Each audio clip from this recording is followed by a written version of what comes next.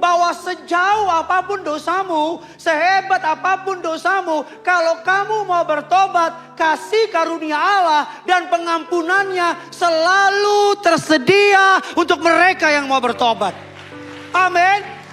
Saudara pelajari, sejauh timur dari barat tidak ada titiknya, gak pernah ketemu, karena timur dan barat selalu muter kayak begini. Artinya Tuhan mau kasih tahu sama kamu. Kalau kamu bertobat, Dia akan ampuni kamu. Amin. Makanya Bapak Ibu jemaat yang dikasihi Tuhan, Daud bukan sekedar sadar, tapi Daud bertobat. Sama-sama bilang sama saya, sadar aja gak cukup. Kurang semangat, sadar aja gak cukup. Sama-sama bilang sama saya, harus bertobat.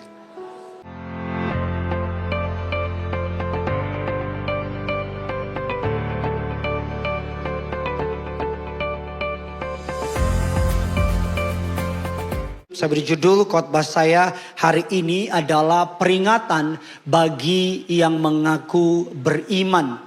Khotbah ini adalah peringatan bagi mereka yang mengaku beriman. Mengaku percaya tapi tidak bertobat. Saya disclaimer Bapak Ibu, khotbah ini mungkin akan terdengar harsh atau sedikit kasar. Khotbah ini mungkin akan terdengar sedikit seperti tanpa tedeng aling-aling. Tetapi percayalah, saya menyampaikan khotbah ini bukan dengan spirit of arogancy, bukan dengan spirit merasa lebih hebat atau lebih baik. Tapi percayalah, saya menyampaikan firman ini karena I do love you. Kok gak amin sih? Karena saya mengasihi saudara. Sebagai gembala, saya mau menggembalakan saudara dalam takut akan Tuhan.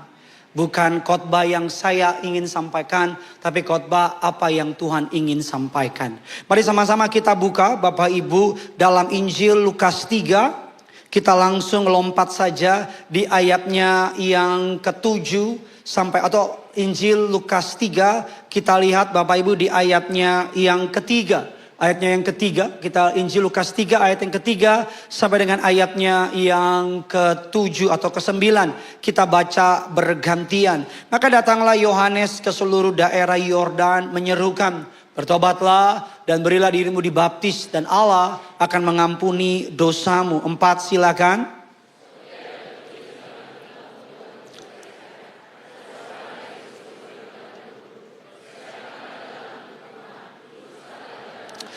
Setiap lembah akan ditimbun, setiap gunung dan bukit akan menjadi rata, yang berliku-liku akan diluruskan, yang berlekuk-lekuk akan diratakan. Ini bukan soal gunung, tapi ini soal kehidupan orang percaya yang hidupnya berliku-liku ketika mengikut Tuhan akan diluruskan.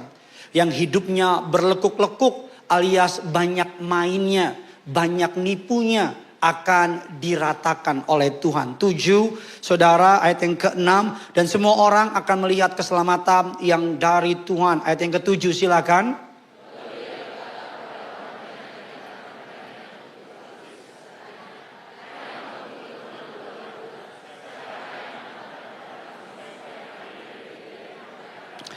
Ayat yang ke-8, jadi hasilkanlah buah-buah yang sesuai dengan pertobatan. Dan janganlah berpikir dalam hatimu, Abraham adalah bapa kami. Karena aku berkata kepadamu, Allah dapat menjadikan anak-anak bagi Abraham dari batu-batu ini. Ayat yang ke-7, 9 kita baca 3, 2, ya. Kapak sudah tersedia pada akar pohon. Dan setiap pohon yang tidak menghasilkan buah yang baik akan apa? Ditebang dan dibuang ke dalam api. Bapak Ibu, latar belakang dari ayat ini, Rasul Yohanes muncul pertama kali. Dalam kitab mengatakan banyak orang berbondong-bondong mengikuti dia. Di ayat yang ke-7, tampilkan ayat yang ke-7, Rasul Yohanes Pembaptis lebih tepatnya, mohon maaf saudara. Yohanes Pembaptis itu melihat orang banyak yang hendak dibaptis. Dan dibuka dengan sebuah kalimat yang tanpa tedeng aling-aling. John the Baptist bilang demikian, hai kamu keturunan ular beludak.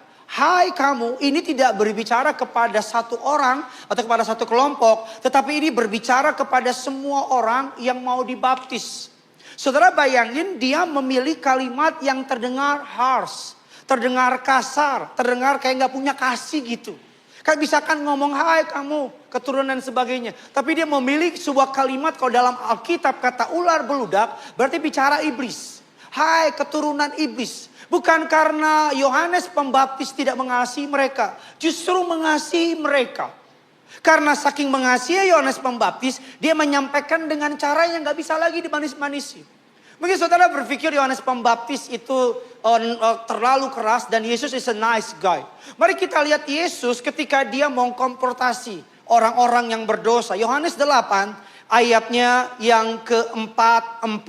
Kita baca sama-sama. 3, 2, ya. Iblislah dan kamu ingin melakukan. Saudara picture of this. Bayangin saudara undang saya, seluruh keluarga kumpul. Dan tiba-tiba saya ngomong begini. Hai kamu keturunan ular beludak. Berikutnya lagi, iblislah yang menjadi bapamu. Kira-kira kita bakal masih tetap bersahabat gak? Saudara pasti pindah gereja kan? Saya akan bilang, Gideon ngaco nih, ngaco Gideon. Saudara mungkin akan bilang, orang gak bener, gak ada kasih. Kok pendeta gak punya kasih? Dan seterusnya. Tetapi Yohanes Pembaptis memilih kalimat ular beludak.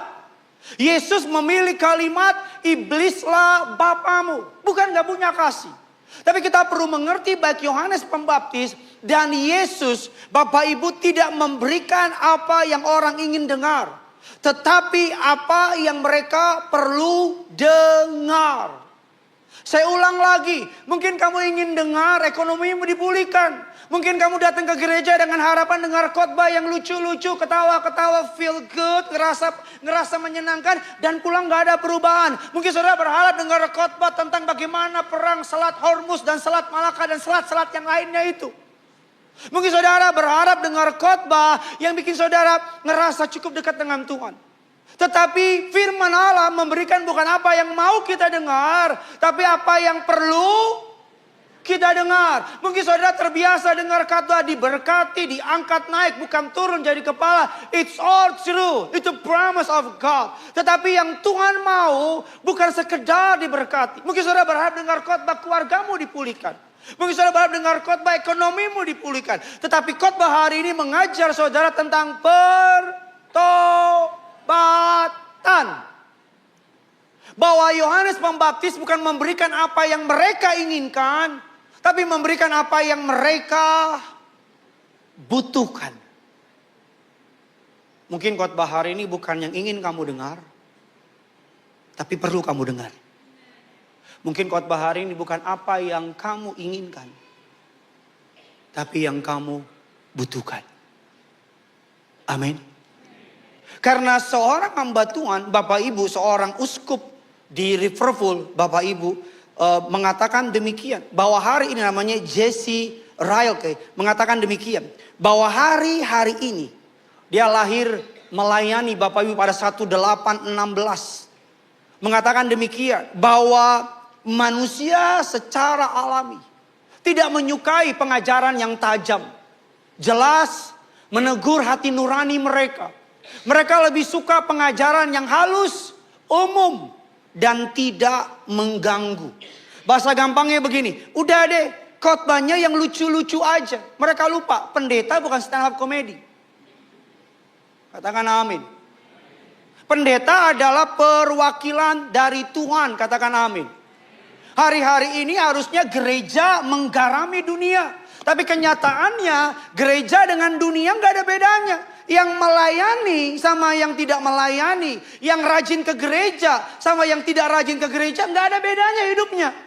Yang di gereja nipu, yang di luar gereja tetap nipu. Sehingga kita bingung mana anak Tuhan, mana anak setan. Coba bilang kiri kanan saudara, anak Tuhan apa setan kau bilang? Di dalam terminologi Alkitab, Bapak Ibu, ada istilah yang namanya faith. Sama-sama bilang sama saya, iman. Yang kedua, ada istilah yang namanya repentance, pertobatan. Sama-sama bilang sama saya, pertobatan. Dua kalimat yang berbeda, orang suka membedakan iman-iman, pertobatan-pertobatan. Tapi tahukah saudara, the true faith, iman sejati melibatkan pertobatan. The true faith, iman sejati mewajibkan pertobatan. The true faith, iman sejati mengharuskan pertobatan. Saudara gak bisa bilang saya beriman tapi gak bertobat. Kamu penipu. Saudara gak bisa bilang saya punya iman yang besar tapi hidupmu gak bertobat. Kamu pembohong. True faith, iman sejati memerlukan pertobatan. Dan pertobatan memerlukan iman. Karena bagaimana kita bisa yakin dosa kita diampuni kalau tidak dengan iman? Bagaimana kita bisa yakin kalau oleh darahnya kita dipulihkan, disembuhkan kalau tidak karena iman? Jadi dua kalimat ini walaupun berbeda tapi saling berkaitan. Orang Kristen gak bisa bilang gini, saya beriman tapi nipu jalan terus, itu bukan beriman. Saya beriman tapi hidupnya ngaco, itu bukan beriman. Saya beriman tapi gak mau bertobat, itu bukan beriman. Karena a true faith, iman sejati mewajibkan pertobatan. Memang dari pagi gak ada yang tepuk tangan, gak ada yang apa. Tepuk tangannya juga karena disuruh. Memang khotbah kayak gini gak populer. Karena khotbah kayak gini nabrak hati kita. Memang khotbah kayak gini cenderung gak direspon. Kan gak direspon. Khotbah yang direspon gini. Di saat keadaan susah, kamu naik bukan turun. Itu amin, amin. Di saat ekonomi sulit, Tuhan memberkati seperti gelombang lautan. Oh yeah, yeah. Tapi jangan ngomong gini, ampuni suamimu. Coba lo jadi istrinya. Lo juga murtad. Hidup dalam kekudusan. Allah, kudus, kudus, kudus. Lo mah pendeta. Coba lo usaha tempat gua. Bapak Ibu jemaat yang dikasihi Tuhan. Bukankah sekarang gereja modern mulai mengurangi khotbah tentang pertobatan? Bukankah hari ini kekristenan sedang diremehkan? Bukankah hari-hari ini kita sering dengar, siapa yang mau percaya kepada Yesus, angkat tanganmu, maka engkau akan diselamatkan. That's true. Tapi angkat tangan doang dan gak bertobat, gak diselamatin. Siapa yang ingin bertobat, maju ke depan. Maju ke depan. Tapi pulang tetap berdosa, gak diselamatkan. Saya takut, saudara nyaman ke gereja, perjamuan kudus, diurapi, kasih persembahan, kasih perpuluhan, nyembah nangis-nangis. Tapi tetap dosa jalan terus. Saya takut saudara merasa aman yang palsu. Saya takut saudara pulang ke rumah dengan perasaan pasti masuk surga. Tapi nanti ketika kita ketemu Tuhan, Tuhan ngomong begini, aku tidak pernah mengenal kamu. Bukankah aku bernubuat demi namamu? Bukankah aku mengusir setan demi namamu? Bukankah aku memberitakan Injil demi namamu? Apa kata Yesus? Aku tidak mengenal kamu. Bapak Ibu jemaat yang dikasihi Tuhan, ada sebuah khotbah yang menjadi dasar dari khotbah saya hari ini. Dari seorang hamba Tuhan namanya Jonathan Andrew. Khotbah ini dikhotbahkan pada 1740 di sebuah gereja di Northampton di Massachusetts. Tahu Massachusetts? Tanjung Priuk. Sampingnya. Massachusetts. Dalam khotbahnya Jonathan Edward memberi judul yang sangat clickbait. Judulnya adalah A Warning Through Professor. Sebuah peringatan kepada profesor. Karena pada masa itu terjadi a great awakening, sebuah kebangkitan iman, kebangkitan rohani di Amerika. A great awakening. Pada 1740. Dan Bapak Ibu Jonathan Edward berkhotbah, Bapak Ibu dengan judul A Warning to Professor. Para profesor datang karena dipikir peringatan buat profesor. Ternyata yang dimaksud dengan Jonathan Edward adalah profesor diambil dari kata provision. To process, untuk mengakui. Jadi khotbahnya kurang lebih peringatan kepada mereka orang yang mengaku orang percaya. Jonathan Edward membagikan khotbahnya menjadi dua bagian. Yang pertama, dia membagi menjadi dua bagian. Yang pertama adalah dosa kelemahan. KLMH. Yang percaya diselamatkan. Dosa kelemahan. Apa ini? Dosa karena kecapean, lelah, letih, lesu, kurang darah, bibir pecah-pecah, susah buang air besar. Minumlah larutan penyegar. Dosa kelemahan tuh kayak gini. Kita kecapean, kita kayak kemarin saya pelayanan di Semarang. Enggak nanya, saya kasih tahu. Saya Jumat, Kamis ke Semarang khotbah. Jam 11 pagi naik pesawat, khotbah jam 7. 11.40 naik kereta api ke Jakarta. Karena besok paginya ada pesawat jam 7 ke Medan. Sampai di Jakarta itu jam 4:30. Keluar, demo udah kumpul. Hampir gak bisa keluar, hampir ikut demo saya. Jadi naik taksi keluar sampai ke bandara jam 6. Check-in, terbang ke Medan. Di Medan saya jam 11.30 khotbah. Di depan 1.000 para hamba Tuhan di Sumatera Utara. Selesai khotbah, saya pulang jam 7 malam sama istri saya. Sampai di rumah kecapean. Orang kalau lagi capek itu bisa emosi dan sebagainya. Ini dimaksud dengan dosa karena kelemahan. Tapi yang dimaksud oleh Jonathan Edwards adalah dosa yang dibiarkan.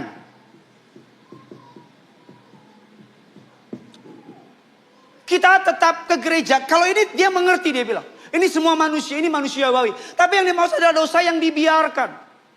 Kita ke gereja, tapi kita tetap memelihara dosa. Kita melayani, tapi kita tetap memelihara dosa. Kita penyembahan, kita nangis-nangis, tapi tetap tidak mengampuni, tapi tetap tidak memaafkan, tetap melakukan dosa. Kita tetap melakukan dosa yang hanya kita sama Tuhan yang tahu. Bahkan kita cenderung merasionalisasikan dosa kita. Kita cenderung membela dosa kita. Ini yang dimaksud peringatan kepada mereka yang sudah dengar firman Allah tapi tetap gak ngampunin. Yang sudah dengar firman Allah tapi tetap bisnis gak benar. Yang sudah dengar firman Allah tapi tetap selingkuh. Yang sudah dengar firman Allah tapi tetap punya yang namanya orang ketiga. Yang sudah dengar firman Allah tapi tetap melakukan hubungan seks di luar nikah. Yang tetap datang ke gereja nangis tapi pulang Tuhan dia buat nangis. Pastor Randy bisa bantu saya. Bapak Ibu jemaat yang dikasihi Tuhan. Banyak orang pengen dengar khotbah yang ya biasanya suami saya selingkuh sih. Makanya saya ceraiin dia. Gak apa-apa. Tuhan ngerti kok. Ya gimana dong. Saya kan pacaran saya walaupun beda agama. Tapi dia baik kok. Oh iya, bawa ke gereja ya. Ya gimana, saya mau ikut Tuhan. Orang lagi susah begini kok, udahlah. Iya Tuhan ngerti. Bapak Pendeta kan tahu, roh memang kuat. Tapi kan daging penurut. Oh iya. Kita senang gini-gini. Yang dosanya cuma sampai di permukaan. Tapi Yohanes Pembaptis ngomong begini. Keturunan ular beludak. Karena Yohanes Pembaptis tahu, dosa gak bisa dinegosiasiin. Makanya Yohanes Pembaptis pakai kalimat yang terdengar kasar. Amplas. Sakit sih. Gak menyenangkan. Kita tahu, chat yang lama, kalau mau di chat yang baru, harus diamplas. Karena kalau enggak, makanya banyak orang Kristen ke gereja, firmannya cuma nempel 2 minggu. Firmannya cuma nempel 3 minggu. Firmannya cuma nempel beberapa waktu. Karena kenapa? Karena dia memakai firman untuk menutupi aja. Dari luar kelihatannya bertobat, tapi dalamnya, maaf ya, brengsek. Dari luar kelihatannya bertobat, dari luar katanya melayani, tapi dalamnya, maaf ya, gak bener. Makanya Rasul Yohanes Pembaptis bilang, keturunan ular beludak. Khotbah ini untuk mengingatkan setiap kita yang mengaku udah bertobat, tapi masih simpen dosa. Yang mengaku sudah bertobat tapi masih membenarkan dosa kita. Ya gimana saya nggak selingkuh? Istri saya nggak pernah perhatiin saya. Selingkuh aja. Ya gimana saya nggak jadi perzinahan? Habisnya pacar saya suka nempel-nempel sih. Yohanes Pembaptis mengingatkan kita tentang pertobatan. Dia berkata, hai keturunan ular beludak. Yesus berkata kepada orang Farisi, hai bapamu lah si iblis. Ada kalanya memang khotbah lembut-lembut. Tapi ada kalanya sebagai hamba Tuhan. Saudara harus suka sama pendeta yang kalau ngomong tajam, tapi untuk kebaikan. Amin. Daripada ngomong alus-alus. Aduh gila gue sama pendeta itu di accept banget. Buat apa ujung neraka? Halo? Halo? Saudara yang cari tukang, saya siap. Gak bisa diam aja loh. Karena ketika udah diampas. Saya mau tanya, yang lebih mengasihi kita orang yang ngomong apa adanya? Atau orang yang benarin semua perbuatan kita? Tapi kita cenderung lebih suka sama penjilat. Betul? Sama penjilat kita temenin. Karena kenapa? Gila. Dia tuh dukung gua banget. Tapi sama orang yang ngomongin sama gue. Lo gak boleh cerai. Dosa. Dasar gak punya kasih. Justru kasih sejati. Mengingatkan. Udah, diam aja tuh sampai Tuhan datang kedua kali. Amin. Dosa yang dibiarkan. Gitu terus ya. Dosa yang dibiarkan. Thank you, Pastor Randy. Dalam saya menyampaikan khotbah ini, saya mau tanya sama saudara, tolong jawab dengan jujur. Ya, salah benar tidak mempengaruhi keselamatan. Banyak orang Kristen mentaati Tuhan di hari Minggu, memuji Tuhan di hari Minggu, tapi tidak mentaatinya di hari Senin. Kalau kita memuji Tuhan di hari Minggu, dan tidak mentaatinya di hari Senin, kita sedang melakukan penistaan yang berbahaya bagi jiwa kita. Bicara mengenai ketaatan, saya mau tanya sama saudara. Kira-kira iblis, tahu iblis kan? Bu, gak usah lihat suamimu, Bu. Tahu iblis kan? Tahu. Kira-kira iblis, setan sama kita manusia. Kira-kira lebih baik mana?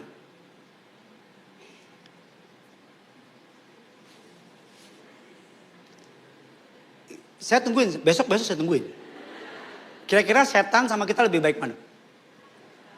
Gak kedengeran, siapa? Kita. Kita setan. Yang jelas dong. Kita. Oke, kita ya.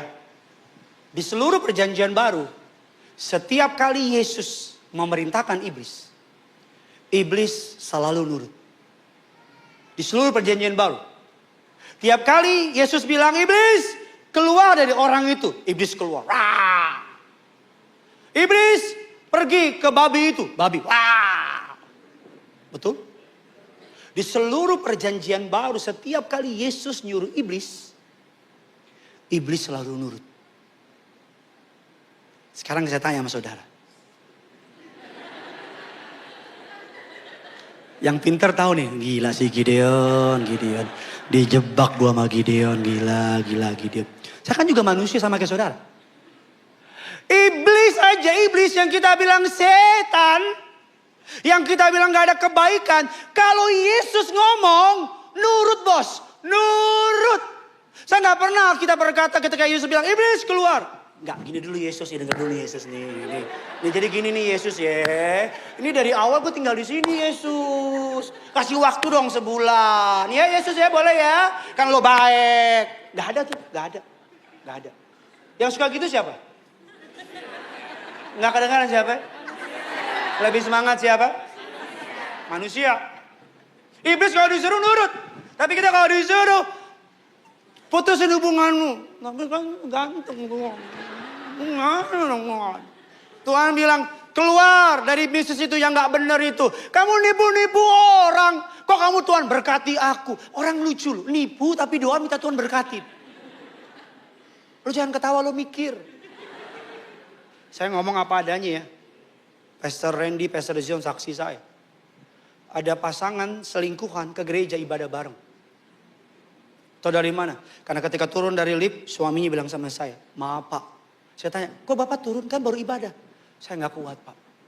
Saya di atas ibadah, istri saya udah lama gak pulang. Saat istri saya lagi ibadah sama selingkuhannya. Saya kan mikir, datang sama selingkuhan ibadah bareng. Itu doanya apa coba? Benar gak doanya apa? Tuhan kami tahu kami salah. Tapi kami saling mencintai Tuhan. Kan kekristenan jadi kayak lawakan kan? Kekristenan jadi kayak lelucuan kan? By the grace of God, saya janji sama saudara, oleh anugerah Allah. Saya gak akan pernah pakai khotbah mimbar ini. Untuk hal-hal yang gak penting. Dengan takut dan gentar, setiap kali saya menyiapkan khotbah. Dengan takut dan gentar. Karena saya tahu saudara memberikan waktumu 2 jam tiap minggu. Untuk beribadah. Dan saya berdoa kiranya Tuhan memakai saya. Untuk boleh menjadi berkat bagi umatnya. Amin. Iblis, Bapak Ibu, oke tepuk tangan. Iblis gak pernah cari alasan. Dan selalu nurut. Tapi kita, Alkitab bilang jangan cerai. Tapi kan Tuhan ini ada selingkuh saya Tuhan. Alasan. Iblis gak pernah nolak. Tapi kita selalu nolak Tuhan. Makanya iblis sebel banget sama kita. Iblis bilang gila nih orang gak pernah taat. Tapi dia mati ditebus. Gue salah. Dibuang gue katanya. Ya. Mari kita lihat sebuah kisah dalam Alkitab 2 Samuel 11 ayat 1 dan ke-7. Kita masuk kepada inti dari khotbah saya. Sambil saya undang pemain keyboard. Mari sama-sama kita baca. Pada pergantian tahun, pada waktu raja-raja biasanya maju berperang, maka Daud menyuruh Yoab maju beserta orang-orangnya dan seluruh orang Israel. Mereka memusnahkan Bani Amon, mengepung kota Raba, sedang Daud sendiri tinggal di Yerusalem. Ayat yang kedua, silakan.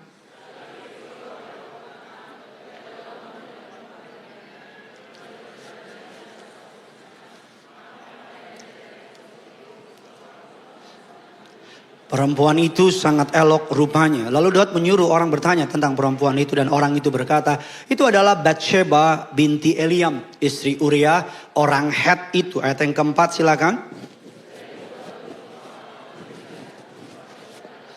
Lalu Daud tidur dengan dia, perempuan itu.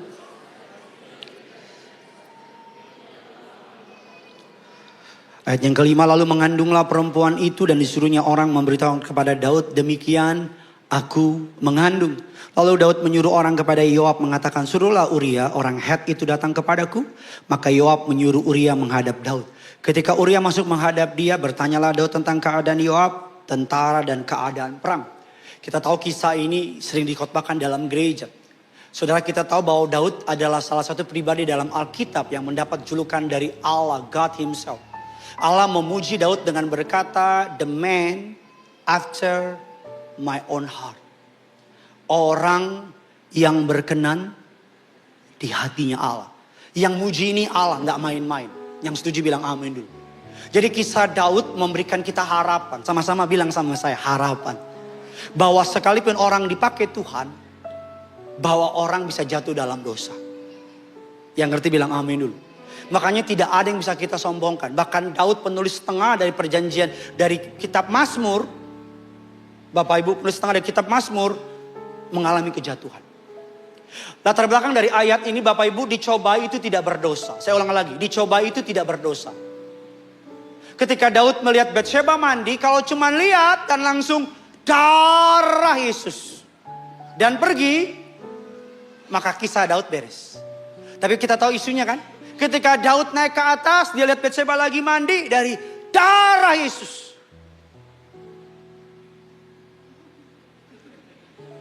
Darah Yesus. Yesus darah. Kita tahu ceritanya. Dengar baik perkataan saya. Kalau perlu catat. Sin will take you further than you want to go.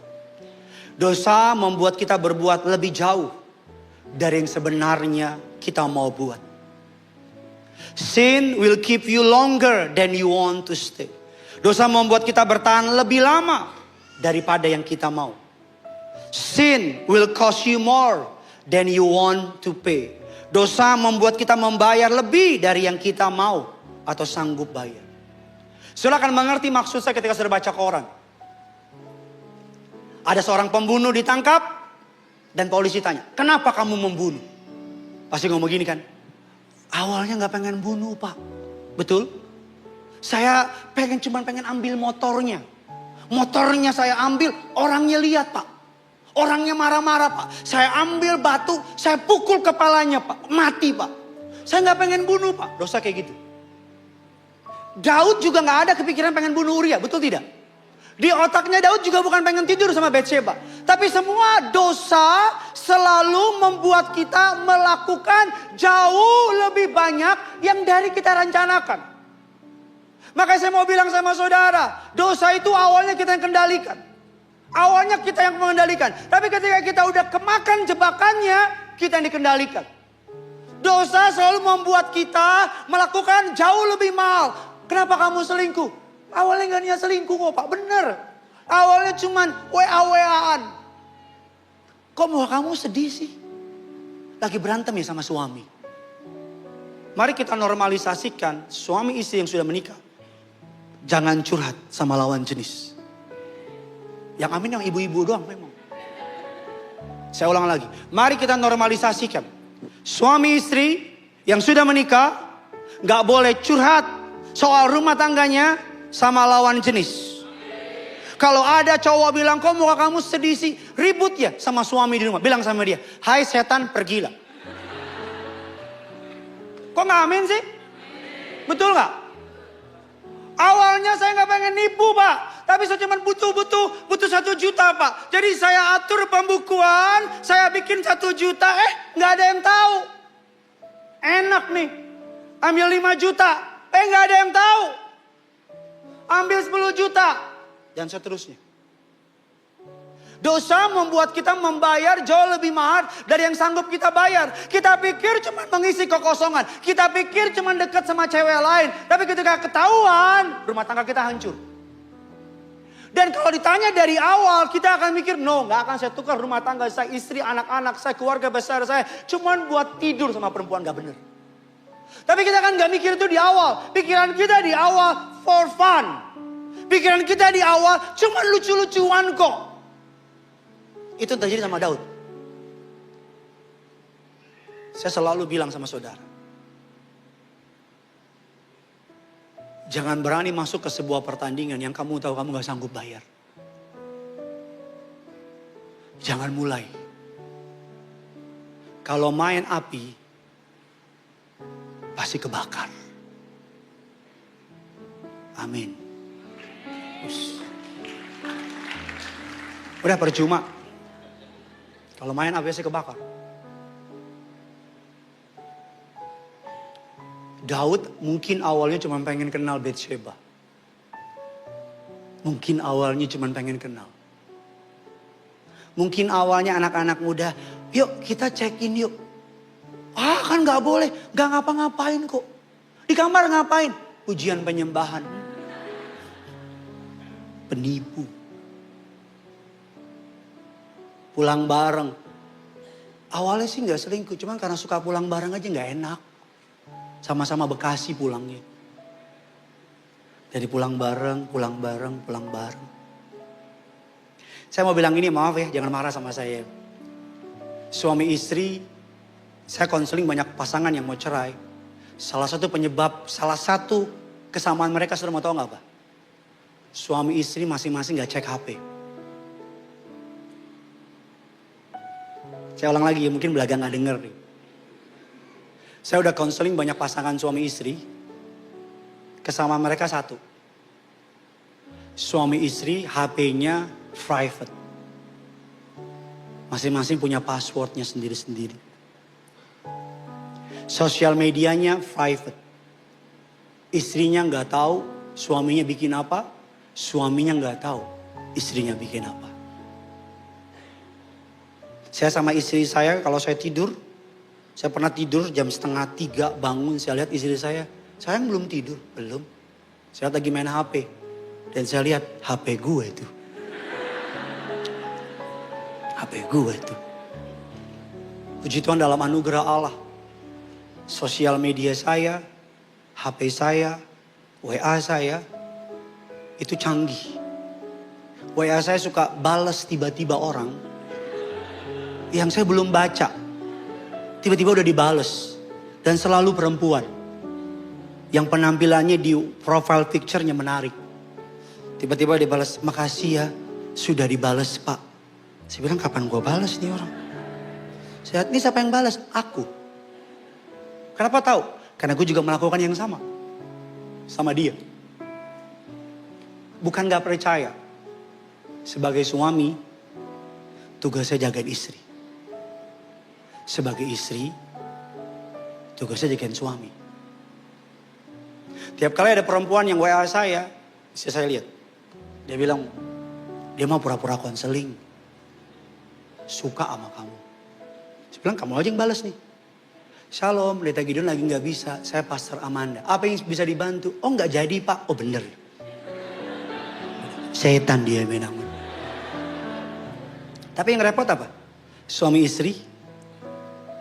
HP sendiri. Maaf ya.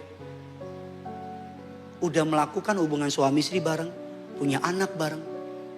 Mohon maaf, makan bareng apa bareng. HP pisah. Apa sih itu? Apa sih? Kalau nggak mau hidupmu menjadi satu, jangan nikah.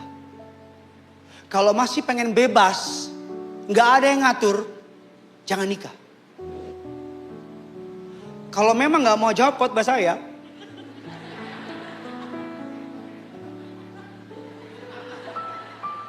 amin. Kita lihat ayat yang ke-14 dan ke-15. Mari kita baca 14 dan ke-15. 3, 2, iya. Paginya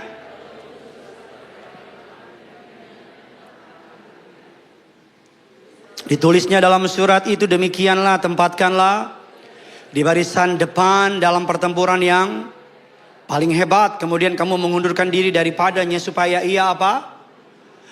Lihat, kita mungkin gak pernah menyangka kejatuhan Daud begitu hebat. Kenapa? Karena dia meminta kepada Yoab untuk menaruh Uria ke dalam peperangan yang paling hebat di barisan terdepan. Dan kemudian ketika terdesak, kamu mengundurkan diri daripadanya supaya ia terbunuh. Yang menarik, Alkitab mencatat detail di ayat yang ke-14. Surat itu diminta oleh Daud untuk dikirim kepada Yoab. Siapa yang nganter? Nggak kedengaran, siapa yang nganter? Uria, bayangin. The man after my own heart. Jatuhnya parah banget. Dia pengen bunuh Uria. Dia suruh Yoab. Dan dia bikin surat. Dia suruh Uria yang nganter surat kematiannya. Sebelumnya ketika dia habis tidur sama Betsheba, dia suruh Uria untuk pulang tidur sama Betsheba. Dengan strategi apa? Dengan strategi kalau Betsheba tidur sama Uria, kalau nanti Betsheba hamil, aman gua. Betul tidak? Tuhan karuniakan Daud seorang yang sangat strategik, ahli perang. Tapi kemampuan ahli perang itu dipakai Daud secara rapi untuk menstrategik supaya dosanya gak ketahuan. Dengar baik perkataan firman Allah, suara kenabian dari mimbar yang kudus ini. Secanggih-canggihnya kamu bikin strategi, serapi-rapinya kamu bikin rencana, sehebat-hebatnya strategi kamu, tidak ada satupun yang luput dari mata Tuhan. Tidak ada. Tidak ada. Tidak ada. Daud gak luput. Kamu pun dan aku gak luput. Kamu boleh ngatur perselingkuhanmu serapi mungkin. Kamu boleh ngatur penipuanmu serapi mungkin, sestrategik mungkin. Tapi Tuhan dalam kekayaan kasih karunia-Nya. Kalau kamu gak ketahuan hari ini bukan karena kamu hebat. Tapi karena Tuhan kasih kesempatan kamu bertobat. Daud kirim surat kepada Yoab untuk bunuh Uria. Mari kita lihat lebih dalam lagi. 2 Samuel 12 ayat yang pertama. 3, 2, ya Tuhan.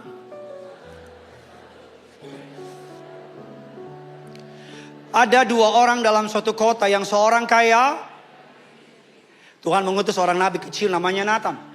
Kisah Natan tidak banyak muncul dalam Alkitab, hanya dalam kisah ini. Natan orang yang berhikmat, dia tahu ini raja yang dihadapinya. Natan datang dengan kisah yang terkenal. Rajaku, kata Daud, ada apa? Ada 2 orang di sebuah kota, yang satu orang kaya raya, memiliki banyak domba dan banyak ternak. Yang satu orang bertetangga dengan orang miskin, cuma punya 1 domba. Domba ini dirawat seperti anaknya sendiri. Diberi makan, tidur di tempat tidurnya, makan dari meja makan. Kata Daud, oke, terus? Dan suatu hari orang kaya ini kedatangan tamu dari luar kota. Karena ingin menyambut tamu-tamunya, orang kaya ini mengambil sebuah ternak. Karena dia mengasihi ternak-ternaknya, diambil ternak dari orang miskin ini, dipotong dan diberikan kepada tamu-tamunya. Daud dengan sok iya gitu. Dengan gayanya yang sangat pengurapan itu, Daud ngomong dengan lantang kepada Natan, siapakah orang itu? Orang itu harus mati di hadapan Allah. Dan orang miskin itu harus dikembalikan 4 kali lipat kepada orang itu. Wih, Daud pikir boleh juga gue, kata Daud gitu kan. Dan saya suka banget Nabi Natan. Nabi Natan ngomong tanpa tedeng aling-aling. Engkaulah orangnya. Tuhan pakai perkataan Natan ngomong begini. Bukankah aku yang melepaskan kau dari tangan Saul? Bukankah Saul dan istananya kuberikan kepadamu? Bukankah aku yang mengangkat engkau? Kalaupun masih kurang, aku akan tambahkan ini dan tambahkan itu. Mengapa engkau melakukan kejahatan begitu besar terhadap aku? Saya mau bilang sama saudara, kalau Tuhan pakai mulut Nabi Natan untuk mengingatkan betapa Tuhan broken heart sama Daud. Mungkin hari ini Tuhan pakai mulut saya ngomong sama saudara. Bukankah aku yang mengangkat kamu, kata Tuhan? Bukankah aku yang meluputkan kamu dari musuh-musuhmu? Bukankah aku yang memberikan kesembuhan kepada penyakitmu? Bukankah aku Allah yang setia mendampingi hidupmu? Bukankah aku selalu ada dalam hidupmu? Lalu kenapa engkau tetap melakukan kejahatan yang besar itu di hadapanku? Di sini hebatnya Daud. Di sini hebatnya Daud. Daud gak banyak omong. Daud gak ngeles. Daud gak cari pembenaran. Alkitab mengatakan Daud merobek jubahnya, berlutut, dan berkata, sesungguhnya aku berdosa di hadapan Allah. Daud gak bilang sama Natan, ya bilangin dong Betseba, masa mandi telanjang sih? Kan gue jadi lihat, dia mandi harus telanjang. Masa mandi gak telanjang? Di sini hebatnya Daud. Daud gak pakai alasan. Saya mau bilang sama saudara, kalau salah udah gak usah banyak alasan. Katakan amin. Amin. Kalau salah udah gak usah banyak alasan. Jangan playing victim. Maaf ya, jangan NPD gitu loh. Udah salah, salahin orang. Kenapa kamu selingkuh? Kamu sih gak pernah perhatiin aku. Itu namanya manipulatif. Kenapa kamu begini? Ya habisnya kamu begini. No. Kalau salah ya salah. Titik gak ada koma. Dan saya mau bilang sama saudara, setiap kita butuh Natan dalam hidup kita. Amin. Saya ulang lagi, setiap kita butuh siapa? Butuh Natan dalam hidup kita. Kamu perlu cari orang yang berani mengatakan bukan apa yang mau kamu dengar, tapi mau mengatakan apa yang perlu kamu. Kamu harus punya Natan dalam hidupmu. Mungkin Natan itu mamamu, papamu, mungkin Natan itu pendetamu. Kalau pendetamu, mamamu, papamu mengingatkan tentang kesalahanmu, kamu harus jadi kayak Daud. Amin. Yang gak banyak alasan. Berlutut dan bilang aku berdosa di hadapan Allah. Mazmur 51 ayat saya terakhir. Mazmur 51 ayatnya yang ke-2 atau ayat yang pertama sebenarnya ayatnya yang ke-6. Ayat 7 deh. Ya udahlah sampai 8. 3, 2 ya, untuk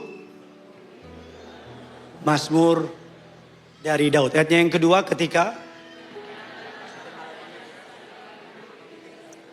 ayatnya yang ketiga, kasihanilah aku hapuskanlah menurut rahmatmu yang bersihkanlah aku, tahirkanlah aku, sebab aku sendiri sadar aku senantiasa bergumul terhadap engkau sajalah, kata Daud, aku berdosa. Melakukan apa yang kau anggap jahat, supaya engkau adil dalam putusan, bersih dalam penghukuman. Sesungguhnya dalam kesalahan aku diperanak, dalam dosa aku dikandung ibuku. Sesungguhnya kau berkenan akan kebenaran. Dalam batin dengan diam-diam engkau memberitahukan hikmat kepadaku. Gak ada pembelaan Daud dalam doa ini. Daud cuma bilang di ayatnya yang ketiga, kasihanilah aku ya Allah, menurut kasih setiamu. Hapuskanlah pelanggaranku menurut rahmatmu yang besar. Daud gak bilang Betsheba sih. Daud gak bilang kan aku stres, perang mulu, capek dong, maka jatuh wajar lah. Daud di ayat yang kelima, ayat yang keempat, bersihkanlah aku seluruhnya dari kesalahanku, tahirkanlah aku dari dosaku. Sebab aku sendiri sadar akan pelanggaranku, dan aku senantiasa bergumul dengan dosaku. Daud tidak cari alasan. Daud menerima teguran Nabi Nathan. Bahkan Daud tidak mengintimidasi Nabi Nathan. Dia raja loh. Daud bisa saja suruh pasukannya untuk bunuh Nathan, betul tidak? Mungkin Daud bisa bilang gini, cuman kamu yang tahu ya, aku bunuh kamu. No. Ini yang membedakan Daud dengan Saul. Saul salah, tetap bela diri. Daud salah, ngaku, selesai. Daud juga yang menulis dalam kitab Mazmur, sejauh timur dari barat, demikianlah engkau membuang dosaku. Saudara pernah mikir nggak? Kenapa Daud bilang sejauh timur dari barat? Kenapa Daud nggak bilang sejauh utara ke selatan? Saya nggak tahu Daud ngerti apa enggak. Tapi yang saya tahu Daud menulis itu dengan karunia Roh Kudus. Karena kalau saudara belajar geografi, hear me out, saudara pelajarin, cek aja betul apa tidak. Kalau saudara belajar geografi, kalau Daud tulis dari utara ke selatan, maka dalam bola bumi, dalam bumi, utara ke selatan, kalau ditarik akan ketemu namanya kutub utara. Walaupun itu jauh banget, tapi ada titiknya.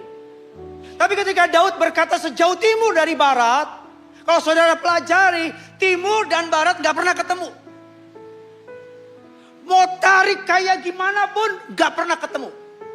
Jadi Daud dalam karunia Roh Kudus, Daud mau ngomong begini, bahwa sejauh apapun dosamu, sehebat apapun dosamu, kalau kamu mau bertobat, kasih karunia Allah dan pengampunannya selalu tersedia untuk mereka yang mau bertobat. Amin. Saudara pelajari, sejauh timur dari barat, tidak ada titiknya, gak pernah ketemu. Karena timur dan barat selalu muter kayak begini. Artinya Tuhan mau kasih tahu sama kamu. Kalau kamu bertobat, Dia akan ampuni kamu. Amin. Makanya Bapak Ibu jemaat yang dikasihi Tuhan, Daud bukan sekedar sadar, tapi Daud bertobat. Sama-sama bilang sama saya, sadar aja gak cukup. Kurang semangat, sadar aja gak cukup. Sama-sama bilang sama saya, harus bertobat. Sadar tuh kayak gini. Naik bus, tujuannya Bogor. Duduk, setengah jam kita tanya, Bang, ini ke Bogor kan? Enggak deh, Medan ini. Oh, bukan Bogor Bang, Medan ini. Yakin Bang? Aku keneknya yakin lah. Medan ini. Oh, bukan Bogor Bang. Sekali lagi ku gampar kau ya. Medan ini deh. Oh, salah dong, salah deh. Bukan Bogor, Medan deh. Salah dong, salah lah. Duduk. Tapi gak turun. Sadar gak dia salah? Sadar. Turun gak? Enggak. Itu namanya cuma sadar. Kalau sadar dan bertobat. Bang, kemana ini? Medan deh. Bukan Bogor. Bukan. Aduh, Berhenti. Turun. Itu sadar, bertobat. Dengar saya baik.